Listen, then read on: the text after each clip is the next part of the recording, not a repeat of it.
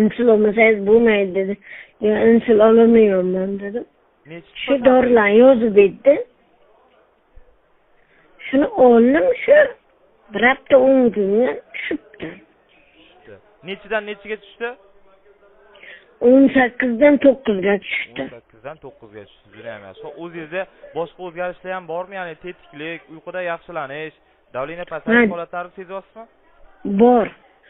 Yotolmay, kechasi yotgan joyimga turib kelib ketib, holim bo'lmay, qusgim kelib, juda holsiz bo'lib yurdim, shular yo'qoldi.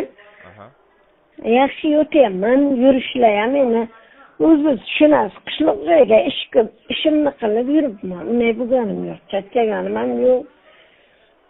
Og'izlar qurishi, dalaga ko'p chiqishlar shular kamayib qoldi.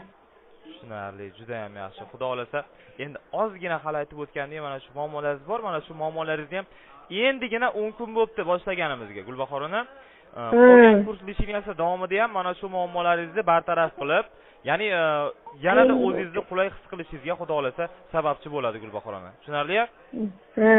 Asosi baland qilgan holatda to'xtatmasdan aytilgan muddat bo'yicha ichib turing, xudo xolasa rezultati yana ham yaxshi bo'ladi ona. Xo'p? Xo'p. Juda ham yaxshi. Xo'p, Gulbahor ona, bo'lmasam o'zingiz ehtiyot qiling. Qanaqa savollaringiz bo'ladigan bo'lsa, mana shu raqamga aloqaga chiqaverasiz. Raqamlarim bor. Xo'p? Bor. Gulbahor opa, o'zingiz ehtiyot qiling. Mayli, sog' bo'ling. Xo'p.